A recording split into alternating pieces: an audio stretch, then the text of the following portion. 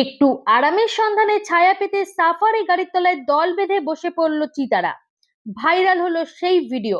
শুধুমাত্র গাড়ির সামনেই নয়, গাড়ির পেছনেও তিনটে চিতা বসে রয়েছে বলে জানা গিয়েছে। ছায়ায় বসে বিশ্রাম নেওয়ার উদ্দেশ্যেই গাড়ির তলায় আশ্রয় নিয়েছে তারা।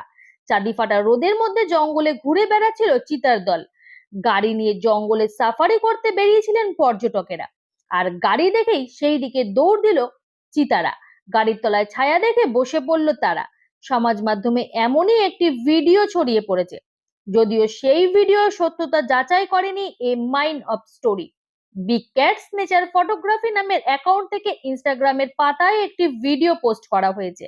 সেই ভিডিওই দেখা গিয়েছে যে জঙ্গলের সাফারি গাড়ির তলায় বসে আরাম করছে তিনটি চিতা।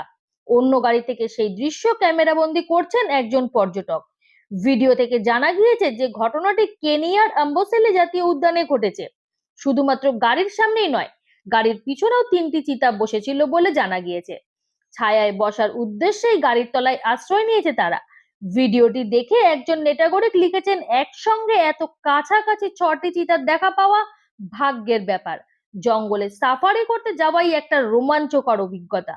আবার একজন মজা করে লিখেছেন, যা গরম পড়েছে, চিতাদেরও বা দোষ কি? গরমে চিতাগুলোও কাহিল হয়ে গিয়েছে বোধহয়, তাই গাড়ির তলায় আশ্রয় নিয়েছে তারা। এরকম আরো খবর দেখার জন্য অবশ্যই দেখুন এ মাইন্ড অফ স্টোরি।